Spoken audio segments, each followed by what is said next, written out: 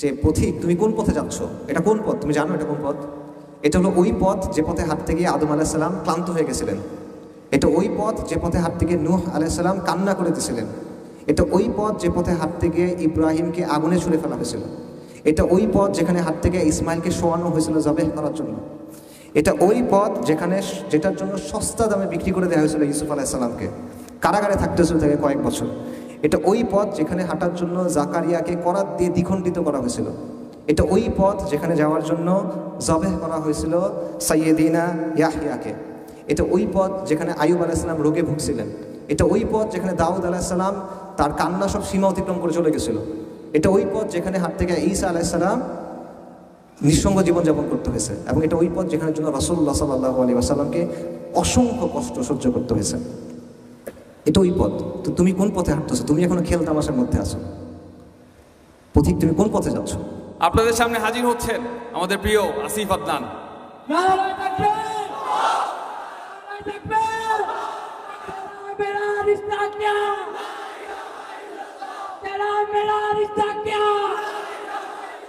আমি আসলে এখানে কথা বলতে পেরে অনেক সম্মানিত বোধ করতেছি এবং আতঙ্কিত বোধ করতেছি। এটা একটা মাদ্রাসা। এখানে আল্লাহর কালামে শিক্ষা দেওয়া হয়, আল্লাহ রাসূল সাল্লাল্লাহু আলাইহি ওয়াসাল্লাম হাদিস নিয়ে কথা বলা হয়। তো আমি খুবই সাধারণ মানুষ, গুনাহগার বান্দা। এখানে আমার কথা শুনতে আসার কথা, কথা বলতে আসার কথা না, তাও কথা কিছুটা বলতেছি। আর আমাকে আসলে শাইখ অনেক প্রশংসা করছেন, এটা আসলে শাইখ মোহাম্মদ থেকে করছেন, এগুলোর যোগ্য আমি না। তো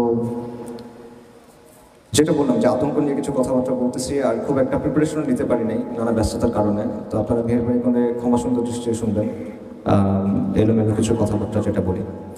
আমি যে কথা বলবো এটা স্পেশাল কিছু না, আপনারা আগেও এইসব কথা ডেফিনেটলি শুনছেন, বাট স্টিল আমি আপনাদের হয়তো রিমাইন্ড করার একটু চেষ্টা করবো। ফাদারকে নাফাতে দেখো রিমাইন্ড করি, যাতে করে রিমাইন্ড করা হয়তো আমাদের জন্য বেনিফিশিয়াল হয়। সো বেসিক্যালি যে টপিকটা নিয়ে আমি কথা বলার চেষ্টা করবো এটা হলো নবীদের যে দাওয়া, আম্বিয়া কেরাম আলাইহিমুস সালাতু ওয়াস সালাম, তাদের যে দাওয়া, এই দাওয়া থেকে শিক্ষা, এই দাওয়া থেকে আমরা কি শিখতে পারি আমাদের বর্তমান বাস্তবতায়। সো এখানে ফার্স্টে একটা বিষয় যেটা বলা দরকার সেটা হলো যে নবীদের ব্যাপারে জানা বা তাদের দাওয়ার ব্যাপারে জানা কেন প্রয়োজন। এটা একদম সহজভাবে যদি বলি সেটা হলো যে কোনো বিষয়ে সবচেয়ে শ্রেষ্ঠ শিক্ষক আম্বিয়া কেরাম আলাইহিমুস সালাতু ওয়াস সালাম, সেটা তাওহীদের ক্ষেত্রে হোক, দাওয়ার ক্ষেত্রে হোক, ব্যক্তিগত জীবনের ক্ষেত্রে হোক। কেউ যদি মানুষ নিয়ে কাজ করতে চায়, কেউ যদি দাওয়া করতে চায়, কেউ যদি কাউকে শেখাতে চায়, তাদের চেয়ে শ্রেষ্ঠ শিক্ষক আর নাই। এবং যে কোনো বিষয়ে আপনি যখন শিখতে চান আপনি কি করেন? আপনি কিন্তু এক্সপার্টদের কাছে যান, রাইট? আপনি ওস্তাদ লোকের কাছে যান যে আপনাকে শেখাতে পারবে। তো নবীদের চেয়ে বড় কোনো এক্সপার্ট বা শিক্ষক আসলে নাই। সো ডেফিনেটলি আমাদের শিখতে হবে তাদের কাছ থেকে, এটা হলো একটা বিষয়। আরেকটা বিষয় হলো আল্লাহ আযজা ওয়া জাল কিন্তু কোরআন ডিরেক্টলি জমিনের উপর নাজিল করেন নাই, উনি মানুষের উপর নাজিল করছেন এবং বিশেষ কিছু মানুষদের উপর নাজিল করছেন। সো অবভিয়াসলি তাদের স্পেশালিটি আছে এবং তাদের কাছ থেকে আমাদের শেখার ব্যাপার আছে। এবং মানুষ আসলে এভাবেই শেখে, মানুষ থেকে মানুষে শেখে, ঠিক আছে? সো এই জন্য আর কি এটা বলা। সাথে আমি একটা কোটেশন বলি। আবুল হাসান আলী মাওয়ারদি, আল মাওয়ারদি আহকামুস সুলতানিয়ার লেখক, বিখ্যাত লেখক, আলিম মুহাদ্দিস, ওনার একটা কথা আছে। উনি বলতেছিলেন যে কোরআনে আল্লাহ আমাদের বিভিন্ন জাতির কথা কেন বলছেন, বিভিন্ন জাতির কথা আল্লাহ আমাদের সাথে আলোচনা করছেন। কওমে লূত, মাদাইনের কথা, ফিরআউনের কওমের কথা, নানা কওমের কথা, এটা কেন? তো উনি বলতেছেন যে যখন আল্লাহ আমাদেরকে এগুলো বলেন, মানুষ যখন জানে, সে যত বেশি জানে তার ধারণা তত সমৃদ্ধ হয়, তার ধারণা যত সমৃদ্ধ হয় সে তত চিন্তা করে, এবং সে যত বেশি চিন্তা করে তত বেশি তার জ্ঞান বাড়ে, আর মানুষের জ্ঞান যখন বাড়ে তখন সে কাজ করে, মানে একটা চেইন অফ ইভেন্টস আছে, ঠিক আছে? সো একই কথা আমরা আম্বিয়া কেরামদের সম্পর্কেও বলতে পারি যে আমরা যখন তাদের ব্যাপারে জানবো, তাদের দাওয়ার ব্যাপারে জানবো, আমাদের ধারণা সমৃদ্ধ হবে, আমাদের চিন্তা সমৃদ্ধ হবে, আমাদের জ্ঞান বাড়বে এবং ইনশাআল্লাহ আমরা সেটা কাজে পরিণত করতে পারবো। সো এটা একটা বিষয়। সো মূল কথায় যাই যে নবীদের দাওয়া কী ছিল, কয়েকটা পয়েন্ট বলি। নবীদের দাওয়ার কয়েকটা ব্যাপারে কয়েকটা পয়েন্ট।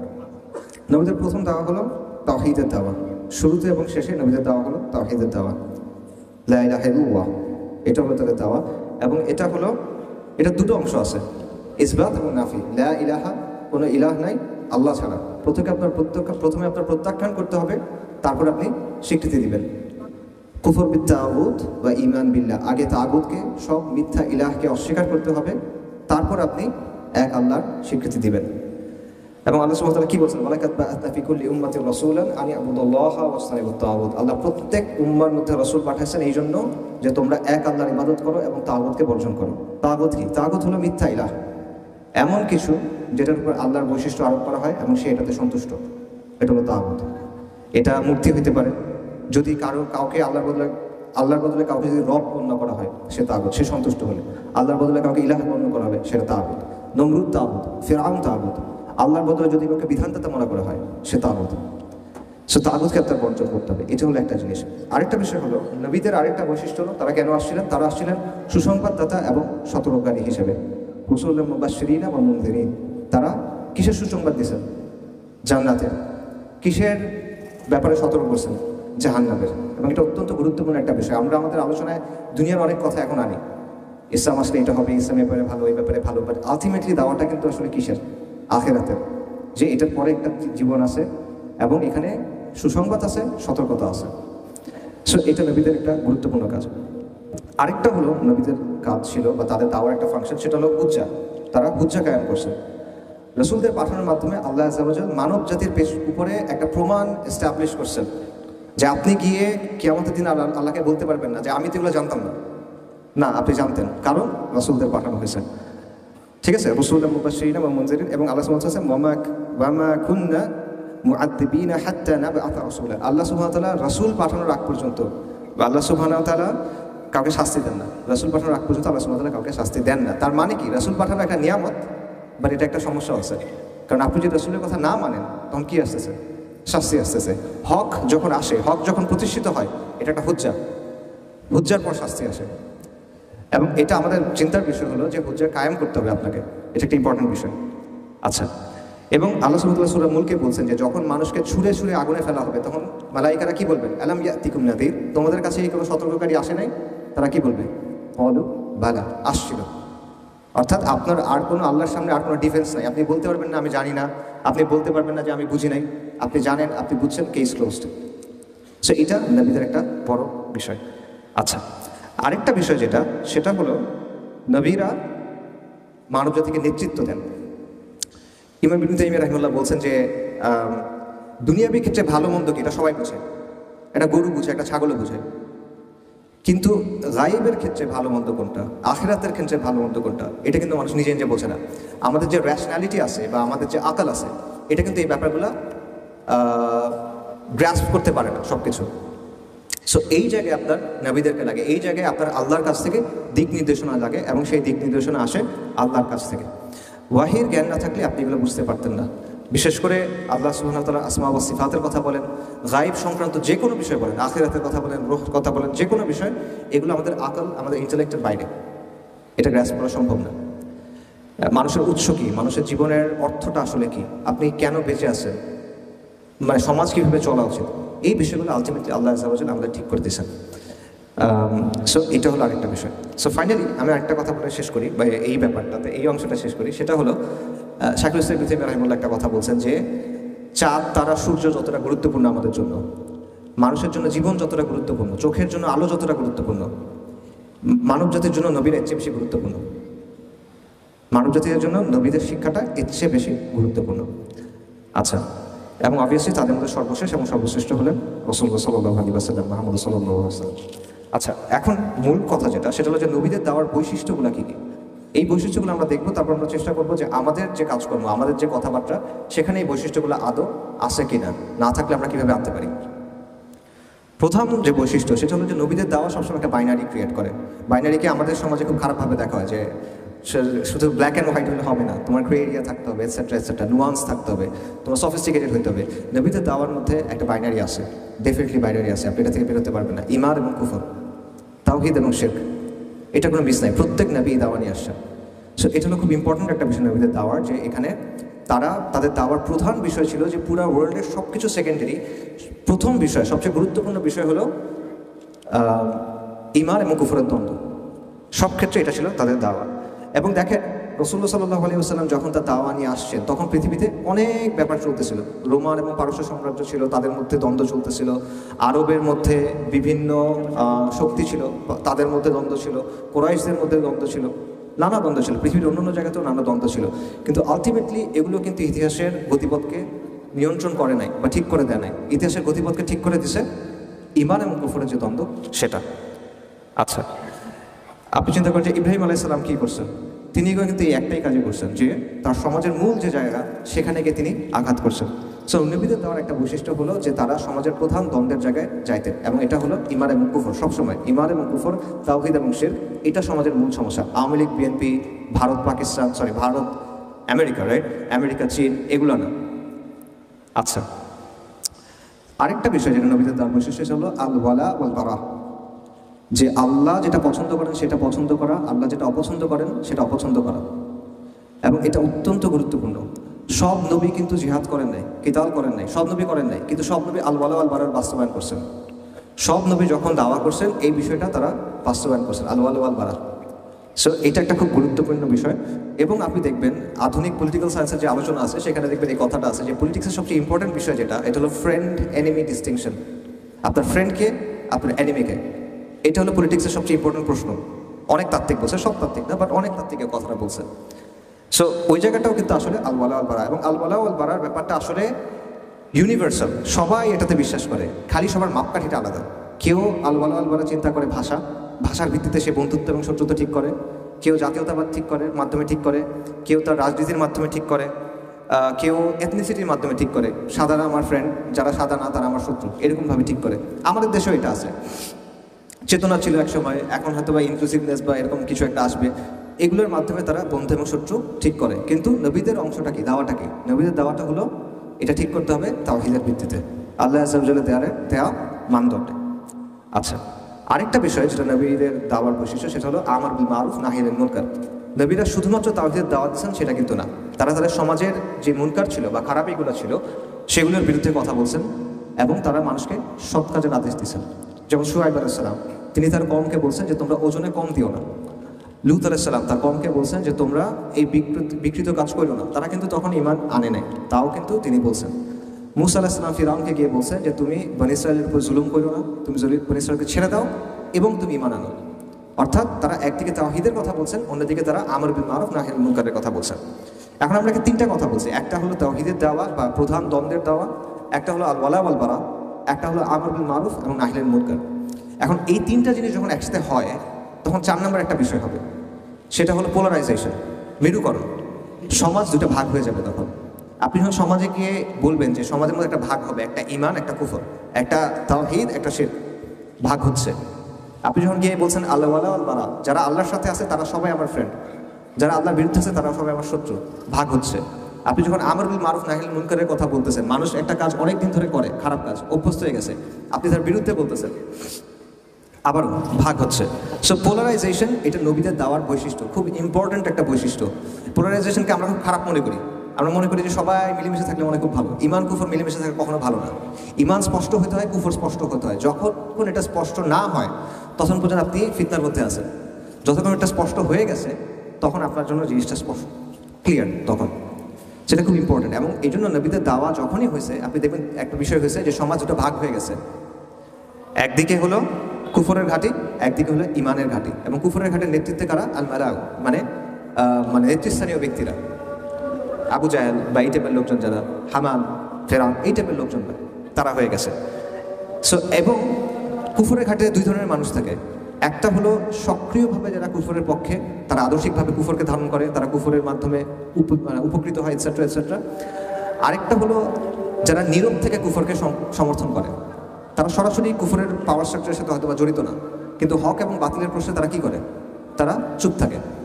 তো হক আর বাতিলের প্রশ্নে আসলে চুপ থাকার কোনো অপশন নাই, এখানে একটা সঠিক অবস্থান আছে, বাকি সব ভুল অবস্থান। সো এই পোলারাইজেশনটা সবসময় নবীদের দাওয়ার মাধ্যমে হয়। আচ্ছা, এবং কুরাইশ রাসূলুল্লাহ সাল্লাল্লাহু আলাইহি ওয়াসাল্লামের ব্যাপারে কী বলছিল, যেটা আমি বলতেছিলাম যে নবী সাল্লাল্লাহু আলাইহি ওয়াসাল্লামের ব্যাপারে কুরাইশের বক্তব্য কী ছিল? কুরাইশের বক্তব্য ছিল যে এই লোক এসে এমন সব কথা বলতেছে যার কারণে ভাইয়ে ভাইয়ে দ্বন্দ্ব শুরু হয়েছে, যার কারণে ছেলে এবং বাবার মধ্যে দ্বন্দ্ব শুরু হয়েছে, যার মধ্যে গোত্রে গোত্রে সমস্যা হয়ে গেছে। এরা আগে বন্ধু ছিল, এদের মধ্যে সমস্যা তৈরি হয়ে গেছে। অর্থাৎ আমরা যদি আজকের ভাষায় বলি তাহলে সমাজের মধ্যে ঐক্য নষ্ট হচ্ছে, সমাজের মধ্যে বিশৃঙ্খলা হচ্ছে। এই কথাটা রাসূলুল্লাহ সাল্লাল্লাহু আলাইহি ওয়াসাল্লামের ব্যাপারে বলা হয়েছে। সো ওই দাওয়া যদি কেউ দেয় স্বাভাবিকভাবে জিনিসটা আবার হবে। এই ডিসরাপশনটা, এই পোলারাইজেশনটা, মেরুকরণটা, ভাগাভাগি হওয়াটা, এটা হবে। এটা নবীদের দাওয়ার একটা বৈশিষ্ট্য। জাহিলিয়াতের মধ্যে যখন আপনি হকের কথা বলবেন অবশ্যই এই ব্যাপারটা ঘটবে। আচ্ছা, নবীদের দেওয়ার আরেকটা বৈশিষ্ট্য হলো যে একটা হাদিসের এরকম একটা বক্তব্য আছে, সেটা হলো যে সব নবী কোনো না কোনো সময় মেষ পালন করছেন বা তারা রাখাল ছিলেন। ঠিক আছে, এটা খুব ইম্পর্টেন্ট একটা পয়েন্ট। এবং মেষ কেন, অনেকগুলো কারণ আছে, আমি একটা পয়েন্ট বলি। আপনারা একটা কথা শুনছেন, গড্ডালিকা প্রবাহ, এটা শুনছেন মনে হয় অনেকে। গড্ডালিকা প্রবাহ মানে কি?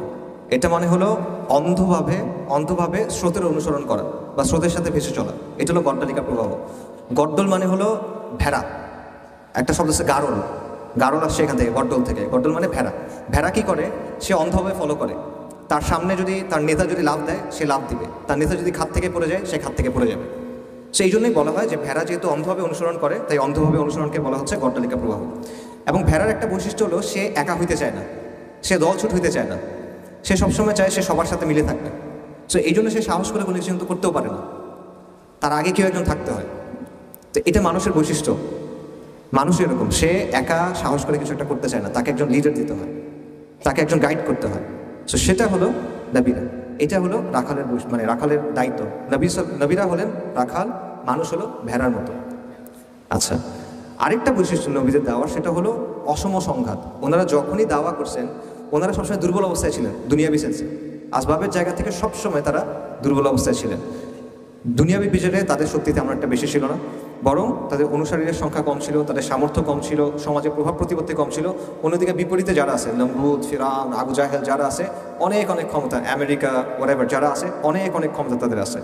কিন্তু এর মধ্যে থেকে আল্লাহ আযজা ওয়া জাল কিন্তু তাদেরকে বিজয় দিয়েছেন। সো এইখানে আমাদের চিন্তার কিছু ব্যাপার আছে, যে আমরা চিন্তা করি যে সবসময় আমাদের মনে হয় জ্ঞান বিজ্ঞানে ওর সমান হইতে হবে, এক্স্যাক্টলি ওর আছে 57, আমার 57 হইতে হবে বা 56 হইতে হবে, তাহলে আমি পারবো। এই ব্যাপারগুলো কিন্তু আমরা আসলে দেখি যে কোরআনের ব্যাপারগুলো কিন্তু এরকম না। এবং আল্লাহ সুবহানাহু ওয়া তাআলা কিন্তু কোরআনে বারবার আমাদের এটা বলছেন যে কাম মিন ফিয়াতিন কালিলাতান গালাবাত ফিয়াতান কাসীরাতান বিইذনিল্লাহ। এরকম আল্লাহ বলছেন। আল্লাহ সুবহানাহু ওয়া তাআলা বলছেন কাতাবাল্লাহু লা আগলিবান্না আনা ওয়া রাসূলি ইন্নাল্লাহা কাওয়িয়্যুন আযীজ। সো এই ব্যাপারটা বোঝার একটা বিষয় আছে। এবং নবীদের দাওয়ার একটা বিষয় ছিল যে তাদের দাওয়াটা কিন্তু ফুল টাইম দাওয়া ছিল। তাদের জীবনে অন্য কোনো কিছু তো নাই, তাদের প্রায়োরিটি এটা, অন্য কোনো কিছু না, ফ্যামিলি না, ইনকাম করা না বা অন্য করা, এগুলো সবই তারা করছেন, সব দায়িত্ব তারা পালন করছেন, কিন্তু তাদের প্রায়োরিটি সবসময় ছিল দিন। ঠিক আছে? সো আমি সামারি করি যে নবীদের দাওয়ার কোন কোন বৈশিষ্ট্যের কথা আমরা বললাম। একটা হলো যে তারা এসে প্রধান দ্বন্দ্বটাকে চিহ্নিত করছেন, সেটা হলো ঈমান বনাম কুফর, তাওহীদ বনাম শিরক। আচ্ছা, তারপর হলো আল ওয়ালা ওয়াল বারা। আল্লাহ যেটা পছন্দ করেন আমি সেটা পছন্দ করব, আল্লাহ যেটাকে অপছন্দ করেন আমি সেটা অপছন্দ করব। এটা ব্যক্তির ক্ষেত্রে, আদর্শের ক্ষেত্রে, সব কিছুর ক্ষেত্রে। তারপর হলো আমর বিল মারুফ নাহি আনিল মুনকার, ভালো সৎ কাজের আদেশ, অসৎ কাজে নিষেধ। এগুলোর রেজাল্ট হলো মেরুকরণ, সমাজ ভাগ হয়ে যাবে। তারপর কি হবে? অসম লড়াই হবে। আচ্ছা, নবীরা কি করবেন? তারা মানুষের নেতৃত্ব দিবেন, তারা রাখাল, মানুষ হলো তাদের পেছনে চলবে। নবীদের দাওয়ার বৈশিষ্ট্য হলো এটা। এবং অসম সংঘাত, তাদের সাথে যে সংঘাতটা হয় সবসময় হকের সাথে বাতিলের সংঘাতটা কখনো সমান হয় না, এটা অসমই হয়। আচ্ছা, এবং আরেকটা যেটা আমি বললাম যে ডেডিকেশন বা পূর্ণ আত্মনিবেদন, এটা আপনার দরকার। আচ্ছা, এবার আমরা বলেন যে আমাদের ক্ষেত্রে এগুলোর অর্থ কী, এক এক করে মিলান। প্রধান দ্বন্দ্ব আমাদের সময়ে কী, এটা আপনার ঠিক করতে হবে। নইলে আপনি অনেক সাইড ইস্যুতে দাওয়া করবেন, আপনার দাওয়া হয়তো বা একটা ফিকহি ইখতিলাফের দিকে যাবে, অথবা এই দল ভালো না ওই দল ভালো এই জায়গায় যাবে, অথবা আপনি এমন কোনো বিষয় নিয়ে অনেক বেশি ফোকাস হয়ে যাবেন যেটা অতটা গুরুত্বপূর্ণ হয়তো বা না, এবং গুরুত্বপূর্ণ বিষয় থেকে আপনার ফোকাস চলে যাবে। সো প্রধান দ্বন্দ্বটা আপনার চিন্তা করতে হবে এই মুহূর্তে এই জায়গায় আপনার জন্য কি, এই ভূখণ্ডের জন্য বা এই অঞ্চলের জন্য প্রধান দ্বন্দ্ব কি? তাওহীদ আর শিরকের দ্বন্দ্ব। এই পুরো অঞ্চলের কথা চিন্তা করেন, কী দ্বন্দ্ব এখানে? ঈমান এবং কুফরের দ্বন্দ্ব, ইসলাম এবং জাহিলিয়াতের দ্বন্দ্ব। এবং আরও স্পষ্ট করে বলে বর্তমান বাস্তবতায় এটা হলো আল্লাহর শরিয়া বনাম সেকুলারিজমের দ্বন্দ্ব, আল্লাহর আইন বনাম গায়রুল্লাহর আইনের দ্বন্দ্ব। এটা হলো প্রধান দ্বন্দ্ব। এটা আপনার চিহ্নিত করতে হবে, এইটার উপরে আপনার দাওয়া করতে হবে। এটা চিহ্নিত না করে আপনি যদি অন্য জায়গায় দাওয়া করেন তাহলে আপনার রেজাল্টটা ওই রকম আসবে না। এটা হলো একটা কথা। 2 নম্বরটা হলো আল ওয়ালা ওয়াল বারা। এটা রফিক ভাই অনেক আলোচনা করে গেছেন, এই জন্য আমি আর আলাদা করে বলার কোনো প্রয়োজন নেই। আল ওয়ালা ওয়াল বারা আপনারা বুঝছেন যে মুসলিম যত যাই করুক সে দিন শেষে আপনার ভাই। দুনিয়ার সবচেয়ে খারাপ মুসলিমটা দুনিয়ার সবচেয়ে ভালো কাফিরটার চেয়ে ভালো। এটা কিন্তু আমরা মানা খুব কষ্টকর, এটা মানা খুবই কষ্টকর আমাদের জন্য। দুনিয়ার সবচেয়ে খারাপ মুসলিমটা দুনিয়ার সবচেয়ে ভালো কাফেরটার চেয়ে ভালো। কেন ভালো? লা ইলাহা ইল্লাল্লাহর জন্য ভালো, মুহাম্মদ রাসূলুল্লাহর জন্য বলো সাল্লাল্লাহু আলাইহি ওয়াসাল্লাম। এটার ওজন অনেক বেশি, পুরো দুনিয়ার ওজন একদিকে, লা ইলাহা ইল্লাল্লাহর ওজন একদিকে, এটা ভারী হবে সবসময়। সো এই জিনিসটা বোঝা, আল ওয়ালা ওয়াল বারা ব্যাপারটা বোঝা, এটা আমাদের খুব ছুটে যায়, ঠিক আছে? এটা একটা খুব গুরুত্বপূর্ণ বিষয়। তারপর হলো আমর বিল মারুফ নাহিল মুনকার, সৎ কাজের আদেশ এবং অসৎ কাজের নিষেধ। এবং এখানে আমাদের একটা সমস্যা আছে, সৎ কাজের আদেশ এবং অসৎ কাজের নিষেধ আমরা যখন করতে যাই, আমরা করব কোথায়? আমাদের নিজ নিজ অঙ্গনে, আপনার এলাকা, পাড়া, মহল্লা, স্কুল, কলেজ, প্রতিষ্ঠান, এখানে। তো এই কাজগুলোর মধ্যে আসলে গ্ল্যামার নাই। আপনি চিন্তা করছেন যে আমি গাছ লাগাবো, আমি এটা করবো, সেটা করবো, এগুলোতে তো শরিয়া কায়েম হবে না, আমি কেন এগুলো করবো? দূর, এগুলো করবো না। এই ব্যাপারটা আমাদের মধ্যে কাজ করে। কেউ দেখেন, নবী সাল্লাল্লাহু আলাইহি ওয়াসাল্লাম একটা হাদিস আছে আনাস রাদিয়াল্লাহু আনহু থেকে বর্ণিত, যেটার মূল বক্তব্যটা হলো যে তুমি যদি জানো কিয়ামত চলে আসছে আর তোমার হাতে একটা গাছের চারা থাকে, তাও তুমি সেটা কি করবা? রোপণ করবা। কেন? এটা একটা সৎ কাজ, ভালো কাজ। এটা একটা কিয়ামত চলে আসছে কিন্তু তাও আপনি এটা করবেন, কিন্তু আমরা কিন্তু গুরুত্ব দিই না। এগুলো করে আসলে লাভটা কি হবে? সে একটা বড় একটা সমস্যা। এই আমর বিল মারুফ নাহিল মুনকার আপনি চোখে না দেখতে পারেন এটা রেজাল্ট, বাট এগুলো রেজাল্ট অ্যাকিউমুলেট করে। দাওয়ার ব্যাপারটাও এরকম, আপনি চোখে দেখতে না পারেন, বাট এটা রেজাল্টটা অ্যাকিউমুলেট করে। আচ্ছা, আরেকটা হলো যেটা আমি বললাম, ওই যে অলরেডি রাখাল নেতা হতে হবে আপনার। মানুষ নেতা বলতে নেতৃত্বের লোভ অর্থে নেতা না, মানে আপনার ওই যে আবার রফিক ভাইটা সুন্দর আলোচনা করে গেছেন, আপনার এমন হইতে হবে যে মানুষ যেন আপনার মধ্যে ইসলামটা দেখে এবং সেটা দেখে সে ইসলামের দিকে আকৃষ্ট হয়, ঠিক আছে? এটা একটা খুব গুরুত্বপূর্ণ বিষয়। এবং ফাইনালি যেটা, সেটা হলো পূর্ণ আত্মনিবেদন, ডেডিকেশন। এখন এই জায়গাটায় আপনারা চিন্তা করেন যে আপনারা এখানে যারা আছেন, ভাইরা আছেন, যদি বোনরা থাকেন, তাদের জন্য, আপনাদের জন্য আসলে দিনটা কতটা ইম্পর্টেন্ট? আপনার প্রায়োরিটি লিস্টে দিনটা কোথায় আসে? আপনি একটা মনে করেন, একটা স্কেল চিন্তা করেন, 1 হলো সবচেয়ে কম গুরুত্বপূর্ণ, 10 হলো সবচেয়ে বেশি গুরুত্বপূর্ণ। আপনার লিস্টে দিনটা কোন জায়গায় আছে? তা আমাকে বলার দরকার নাই, আপনি চিন্তা করেন, নিজেকে নিজে বলেন, বা আপনি আজকে রাতে বাসায় গিয়ে চিন্তা করেন যে আপনার লিস্টে এটা আসলে কতটা গুরুত্বপূর্ণ। আমি জানি যে সবার পক্ষে এটা পসিবল না যে আপনার সব কাজের চেয়ে দিন আপনার কাছে সবচেয়ে বেশি গুরুত্বপূর্ণ, এটা সবার পক্ষে সম্ভব না, অনেক দায়িত্ব আছে। কিন্তু সাহাবায়ে কেরামের কথা চিন্তা করেন, তারা কিন্তু সব দায়িত্ব পালন করছেন। এমন ঘটনা আছে যে সাহাবায়ে কেরাম তারা নবী সাল্লাল্লাহু আলাইহি ওয়াসাল্লামের হাদিসের দার্সে বসতে পারেন নাই, কারণ তারা খেতে কাজ করতেছেন, অথবা তারা ফ্যামিলির কাছে ছিলেন। আবু বকর রাদিয়াল্লাহু আনহু চিন্তা করেন, রাসূল সাল্লাল্লাহু আলাইহি ওয়াসাল্লাম যখন ওফাত হয়েছে, উনি কিন্তু আসতে একটু দেরি হয়েছে, কারণ উনি ফ্যামিলির সাথে সময় দিচ্ছিলেন। অর্থাৎ তারা তাদের সব দায়িত্ব পালন করছেন, কিন্তু যখনই দিনের প্রয়োজন দেখা দিছে, তাদের কাছে সবচেয়ে বড় গুরুত্বপূর্ণ কিন্তু দিন। তারা যে কোনো কিছু যে কোনো সময় ছেড়ে দিচ্ছেন দিনের জন্য। যখন দিনের প্রশ্ন আসছে, তখন তারা ছেড়ে দিচ্ছেন। এতটুকু অবস্থায় আমরা আসতে পারবো কিনা, এর কাছাকাছি অবস্থায় আমরা আসতে পারবো কিনা, এটা চিন্তা করার একটা ব্যাপার আছে। সাহাবাদের ব্যাপারে আরও কিছু কথা বলি। প্রথম দিকে যারা ইসলাম গ্রহণ করছেন, তারা ছিল মক্কার ক্রিম সবাই। আরবদের মধ্যে শ্রেষ্ঠ গোত্র হলো কোরাইশ। কোরাইশদের মধ্যে বেশিরভাগ সাহাবী, সবাই না, বাট প্রথম দিকে যারা ইসলাম গ্রহণ করছেন রাদিয়াল্লাহু আনহুম আজমাইন, তাদের সবাই বেশিরভাগই আসলে দেখবেন যে কোরাইশদের মধ্যে একদম সম্ভ্রান্ত ফ্যামিলির। সম্ভ্রান্ত মানে কি? তারা সমাজের মধ্যে সম্মান পায়, রাস্তা দিয়ে হাঁটলে মানুষ সালাম দেয়, মানে তারা এই করে আর কি, সম্মান করে, সুন্দর করে কথা বলে, তাজিম করে। এখন যখন তারা ইসলাম গ্রহণ করলেন, রাতারাতি এটা চেঞ্জ হয়ে গেল।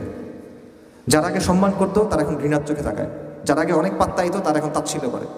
এটা কিন্তু একটা সম্মানী মানুষের জন্য অন্য অনেক কিছু চেয়ে বেশি কষ্টকর। এই অপমানটা তারা সহ্য করতে হয়েছে। এবং এইটা চিন্তা করেন যে এই অপমানের কথা চিন্তা করে আমরা নিজেরা কত কিছু এড়াই যাই। সাহাবারা যে অবস্থায় দিনটা আঁকড়ায় ধরছেন, ওই অবস্থায় পড়লে আমরা কি করতাম, এটা চিন্তা করেন। মানুষ এটা বলবে, ফ্যামিলি এটা বলবে, লোকজন এটা বলবে, সরকার এটা বলবে, অমুক এটা বলবে, তমুক এটা বলবে, এইসব চিন্তা করতে কিন্তু আমরা দিনের অনেক কিছু ছেড়ে দিই। এটা গেল, এটা কিন্তু প্রথম, এখনো শেষ হয় না ওনারা কী করছে। এরপর দেখেন যে প্রথমে হলো ওনাদেরকে মানে অসম্মান করা শুরু করলো, হাসি তামাশা করা শুরু করলো, গালাগালি করা শুরু করলো, মারা শুরু করলো। মুসাব ইবনে উমাইরের কথা আপনারা জানেন রাদিয়াল্লাহু আনহু, উসমান রাদিয়াল্লাহু আনহুর কথা আপনারা জানেন, খাব্বাব ইবনে আরাদ রাদিয়াল্লাহু আনহু কথা জানেন। মানে লিস্ট শেষ নাই। প্রচণ্ডভাবে তাদেরকে টর্চার করা হয়েছে, বয়কট করা হয়েছে। এরপর শেষ পর্যন্ত পরিবারও তাদেরকে সাপোর্ট করে নাই। নিজেদের পরিবার যেগুলো ছিল, বেশিরভাগ ক্ষেত্রে পরিবারও তাদেরকে সাপোর্ট করে নাই। যেমন মুসাব ইবনে উমাইর রাদিয়াল্লাহু আনহু, তাকে তো বাসা থেকে বের করে ফেলে দেওয়া হয়েছে, কাপড় চোপড় ছাড়া। যেই মানুষের কাপড় আসতো ইয়েমেন থেকে, তার পারফিউম আসতো আরেক জায়গা থেকে, সেই মানুষ বাসা থেকে বের হয়ে গেছে, ভিখারির মতো অবস্থা। এরকম হয়েছে, তাও শেষ হয় নাই। রিফিউজি হইতে হয়েছে, আবিসিনিয়ায় গেছে, মদিনাতে গেছেন, দুনিয়াবি বিচারে রিফিউজি, কিচ্ছু নাই। তাও শেষ হয় নাই। আল্লাহ বলছেন এবার তুমি লড়াই করো, যারা তোমাদেরকে অ্যাটাক করছে এদের বিরুদ্ধে লড়াই করো, যারা মুশরিক তাদের বিরুদ্ধে লড়াই করো। কতদিন পর্যন্ত? যতদিন পর্যন্ত ফিতনা দূর না হয়, শিরক দূর না হয়, ততদিন পর্যন্ত লড়াই করতে হবে। এবং সাহাবায়ে কেরাম লড়াই করছেন। কাদের সাথে করছেন? নিজেদের বাবার সাথে করছেন, ভাইয়ের সাথে করছেন, বন্ধুর সাথে করছেন, আত্মীয়ের সাথে করছেন। তারা যতটা স্যাক্রিফাইস করা যায় পুরা স্যাক্রিফাইসটা করছেন। আল্লাহ দেখে নিয়েছেন তারা কি কি দিতে পারেন, সব তারা দিছেন। এটা দেওয়ার পর আল্লাহ তাদেরকে বিজয় দিছেন। যারা একসময় ছিল ভিখারি, যারা একসময় রিফিউজি হয়ে যেতে হয়েছে, কিছুদিন পর তারা পৃথিবীর নানা জায়গায় এই হয়ে গেছেন, গভর্নর হয়েছেন একজন কেউ, আমির হয়েছেন একজন কেউ। এবং আপনারা জানেন যে কীভাবে ইসলামী সাম্রাজ্য, কীভাবে সভ্যতা যেটাই বলেন, কীভাবে কত দ্রুত ছড়ায় পড়ছে অর্ধেক পৃথিবীতে উমর রাদিয়াল্লাহু সময়। সো এটা হলো সাফল্যের কথা। সাফল্যের পেছনে কিন্তু এই ব্যাপারগুলো আছে। সো এই জায়গা থেকে আমাদের চিন্তা করতে হবে যে এটার প্রস্তুতি আমাদের কাছে আছে কিনা, এই জিনিসপত্রগুলোর প্রস্তুতি আমাদের কাছে আছে কিনা। এটা কঠিন একটা পথ, এটার প্রস্তুতি আমাদের আছে কিনা। এবং এটা একটা কমন প্যাটার্ন। আমাদের একটা জায়গা আছে যে জায়গাটা থাকতে আমাদের ভালো লাগে, এটা হলো কমফোর্ট জোন, ঠিক আছে? কিন্তু আল্লাহ আযজা ওয়া জাল এখান থেকে আপনাকে বের করে আনবেন। আল্লাহ দেখতে চান যে আপনি কতটুকু কোরবানি করবেন, আপনার প্রিয় জিনিস আপনি কতটুকু ছাড়বেন। যদি আপনি পুরা ছাড়েন যে হ্যাঁ আল্লাহ বাইক আমি ছাড়বো, তাহলে আলটিমেটলি এক পর্যায়ে আল্লাহ আপনাকে বিজয় দিবেন, এবং বিজয় তো আল্লাহর কাছ থেকে আসবে। দেখেন আপনার আসলে কিছু করার নেই, আপনার খালি আল্লাহকে রাজি খুশি করতে হবে, এখানে বিষয় না। সো এই জন্য বারবার আম্বিয়া কেরামের ক্ষেত্রে আমরা দেখি যে তারা বারবার অপমানিত হয়েছেন, লাঞ্ছিত হয়েছেন, সমাজচ্যুত হয়েছেন এই দাওয়ার কারণে। সেগুলো আমি কেন বলতেছি, কারণ আমরা যখন দাওয়া করতে যাব, আমরা যখন দিনের কাজ করতে যাব, এই ব্যাপারটা যেন আমাদের মাথায় থাকে। এটা আসলে জাস্ট গ্ল্যামারের বিষয় না, এটা জাস্ট মানে অনেক মানুষ আসছে হাত মিলাচ্ছে, এই ব্যাপারগুলো আসলে না। এই যে আমরা দাওয়া করব, কাজ করতে হবে, এই প্রতিকূলতা আসবেই, এটা স্বাভাবিক। আপনি যদি হকের দাওয়া দেন, আনঅ্যাডাল্টারেটেড হক যেটা, অরিজিনাল হক যেটা, কোনো মিশ্রণ ছাড়া যেটা, এটার দাওয়া যদি আপনি করেন অবশ্যই প্রতিকূলতা আসবে, আজকে বা কালকে। এটা আল্লাহ আযজা ওয়া জাল্লার সুন্নাহ, এবং এটার মাধ্যমে বিশুদ্ধ হয়। পুরে কিন্তু একটা জিনিস বিশুদ্ধ হয়, না পড়লে বিশুদ্ধ হয় না। সো এই জিনিসটা আপনার বুঝতে হবে, এবং আপনার নিজেকে প্রশ্ন করতে হবে আপনি এটার জন্য প্রস্তুত আছেন কিনা, ঠিক আছে? সো এই জন্য কয়েকটা বিষয় আপনার লাগবে, যে আপনার নিয়তটা আপনার ঠিক হতে হবে, আপনার ইস্তিকামাত থাকতে হবে, আপনার ইখলাস থাকতে হবে, আপনার সবর থাকতে হবে, এই ব্যাপারগুলো লাগবে, আপনার তাওয়াক্কুল লাগবে। এবং হকের পথে আসলে নিষ্ক্রিয় হওয়ার কোনো সুযোগ নেই। এই যে আপনারা মনে করেন আমরা এই জমায়েতগুলোতে আসি, কথা শুনি, আমাকে অনেক জায়গায় কথা বলতে বলে, এগুলো কোনো সমস্যা নেই, অল গুড। বাট এটা দিয়ে কিন্তু আপনার দিনকে আপনি গালেব করতে পারবেন না। আপনার সমাজে কাজ করতে হবে, আপনার সমাজে সক্রিয়ভাবে দাওয়া করতে হবে, সমাজকে পরিবর্তন করার চেষ্টা করতে হবে, তা না হলে এটা হবে না। আচ্ছা, এখানে ইবনুল কাইয়িম রাহিমাহুল্লাহর একটা কোটেশন আছে, একটা উদ্ধৃতি আছে আল ফাওয়ায়েদ থেকে, ওটা আমি বলি, এটা আমার কাছে খুবই ভালো লাগে, আমার কাছে মনে হয় আপনাদের কাছেও ভালো লাগবে। উনি বলতেছেন যে পথিক, তুমি কোন পথে যাচ্ছ? এটা কোন পথ তুমি জানো? এটা কোন পথ? এটা হলো ওই পথ যে পথে হাঁটতে গিয়ে আদম আলাইহিস সালাম ক্লান্ত হয়ে গেছিলেন। এটা ওই পথ যে পথে হাঁটতে গিয়ে নূহ আলাইহিস সালাম কান্না করে দিয়েছিলেন। এটা ওই পথ যে পথে হাঁটতে গিয়ে ইব্রাহিমকে আগুনে ছুঁড়ে ফেলা হয়েছিল। এটা ওই পথ যেখানে হাঁটতে গিয়ে ইসমাইলকে শোয়ানো হয়েছিল জবেহ করার জন্য। এটা ওই পথ যেটার জন্য সস্তা দামে বিক্রি করে দেওয়া হয়েছিল ইউসুফ আলাইহিস সালামকে, কারাগারে থাকতে হয়েছিল তাকে কয়েক বছর। এটা ওই পথ যেখানে হাঁটার জন্য জাকারিয়াকে করাত দিয়ে দ্বিখণ্ডিত করা হয়েছিল। এটা ওই পথ যেখানে যাওয়ার জন্য জবেহ করা হয়েছিল সাইয়েদিনা ইয়াহইয়াকে। এটা ওই পথ যেখানে আইয়ুব আলাইহিস সালাম রোগে ভুগছিলেন। এটা ওই পথ যেখানে দাউদ আলাইহিস সালাম তার কান্না সব সীমা অতিক্রম করে চলে গেছিল। এটা ওই পথ যেখানে হাঁটতে গিয়ে ঈসা আলাইহিস সালাম নিঃসঙ্গ জীবনযাপন করতে হয়েছে। এবং এটা ওই পথ যেখানে জন্য রাসূলুল্লাহ সাল্লাল্লাহু আলাইহি ওয়াসাল্লামকে অসংখ্য কষ্ট সহ্য করতে হয়েছে।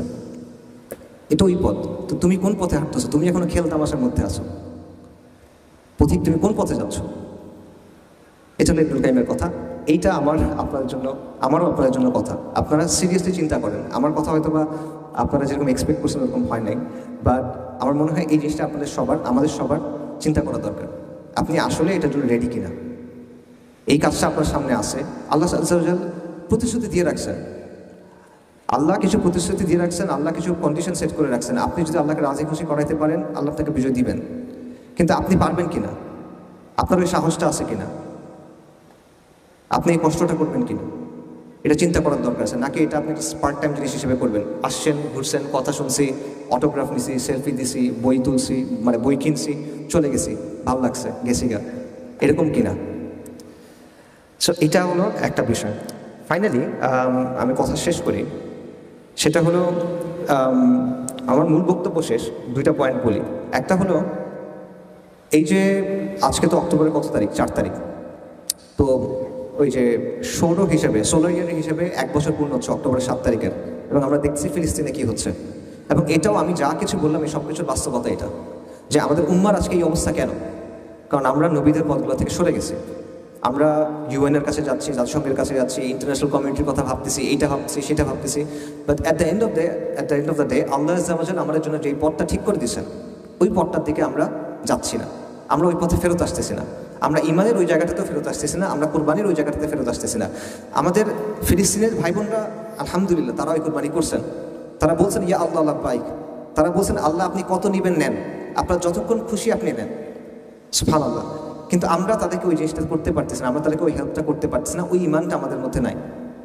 সেটা ভাবার বিষয় আছে। যদি আমরা আসলেই আল আকসাকে মুক্ত করতে চাই, আমরা যদি আসলেই ফিলিস্তিনকে মুক্ত করতে চাই, আমাদের ইমানের ওই জায়গাতে আসতে হবে এবং আমাদের চিন্তার ওই জায়গাতে আসতে হবে। এটা হলো একটা বিষয়। এবং ওইটা যে বদরের দিন ফেরেশতা নামছিল, আমরা জানি তো বদরের দিন ফেরেশতা নামছিল, ওই ফেরেশতারা চলে গেছে নাকি? আছে তো তারা এখনো, ফেরেশতার মালিকও তো আছে। উনি বললে তো ফেরেশতা আবার নামবে, কিন্তু আপনার বদর কায়েম করতে হবে তো, বলে তো হবে না। আপনি বদরের মতো মানুষ লাগবে, তখন ফেরেশতা আবার আসবে। আপনি বদরের মতো একটা দিন করেন, তাহলে আবারও ফেরেশতা নামবে। সো ওই জায়গাটা আমাদের বুঝতে হবে। এটা হলো একটা কথা। আরেকটা কথা হলো এই পতাকা সংক্রান্ত যে ব্যাপারটা, এটা বলি। আমি একটা কথা কয়েকদিন আগে একটা জায়গায় বলছিলাম, ওই কথাটা আবার বলি। সেটা হলো, দেখেন বাংলাদেশের যে সেকুলার পাওয়ারটা আছে, রাষ্ট্র বা যেটাই বলেন, তাদের একটা ডিসিশন আসলে নিতে হবে। সেটা হলো যে তারা তো বলে তারা ইনক্লুসিভ হইতে চায়, বা তারা বলে যে তারা ভিন্ন মত সমর্থন করে, তারা বলে তারা বাকস্বাধীনতা সমর্থন করে। তাদের একটা ডিসিশনে আসতে হবে যে যারা শরিয়া চায় এবং যারা বলে যে আকিদাগত জায়গা থেকে আমাদের পক্ষে শরিয়া ছাড়া অন্য কোনো কিছু মেনে নেওয়া সম্ভব না, এদের ব্যাপারে তাদের অবস্থানটা কী হবে। সে যদি তার সাথে কোনো সংঘাতে না যায়, সে যদি তার সাথে কোনো লড়াই না করে, সে যদি তার কোনো আইন না ভাঙে ইচ্ছাকৃতভাবে, কিন্তু সে বলে আমি শরিয়া চাই, এইরকম মানুষের ক্ষেত্রে তার অবস্থানটা আসলে কী হবে। হাজী শরীয়তুল্লাহদের যে আন্দোলন ছিল, ফরাইজিদের যে আন্দোলন ছিল, তারা তো লড়াই করেন নাই, কিন্তু তারা বলছেন যে আমরা শরিয়া চাই, আমরা ইসলাম চাই। তো তাদের ক্ষেত্রে এরকম যদি কেউ বলে এখন, তাহলে এই যে এস্টাবলিশমেন্ট আছে বা রাষ্ট্র আছে বা যারাই আছে, তাদের একটা সিদ্ধান্তে আসতে হবে যে তারা এটাকে আসলে কিভাবে ডিল করবে। তারা নিজেদের কথায় কনসিস্টেন্ট থাকবে? তারা কি বলবে যে ঠিক আছে আমরা বলছিলাম, আমরা কথা বলতে দিব, মানতে দিব, ঠিক আছে তোমরা বলো, নাকি তারা তাদের কথায় সরে যাবে, নাকি তারা বল প্রয়োগ করবে, যেটা সবসময় কুফরের শক্তি সবসময় করে আসে। স্পষ্টভাবে তাদের এটা করা উচিত, লুকোছাপা না করে। এই যে পতাকার জন্য আমরা দেখতেছি যে আমরা দেখলাম যে কিছু মানুষকে ধরে নিয়ে যাওয়া হয়েছে, এটা কেন হয়েছে আসলে? এটা কি বেআইনি কিছু কিনা? বেআইনি করে দেন। যদি আপনি বেআইনি করতে চান, আপনি বলেন যে কালেমার পতাকা বেআইনি, লা ইলাহা ইল্লাল্লাহ লেখা যদি কোনো পতাকা থাকে এটা বেআইনি। এই সাহস তো নাই, এই সাহস তো নাই বলেন, তাই না? যদি থাকে বলেন যে ঠিক আছে বাংলাদেশে লা ইলাহা ইল্লাল্লাহ বলা কোনো পতাকা করা যাবে না, এটা বেআইনি।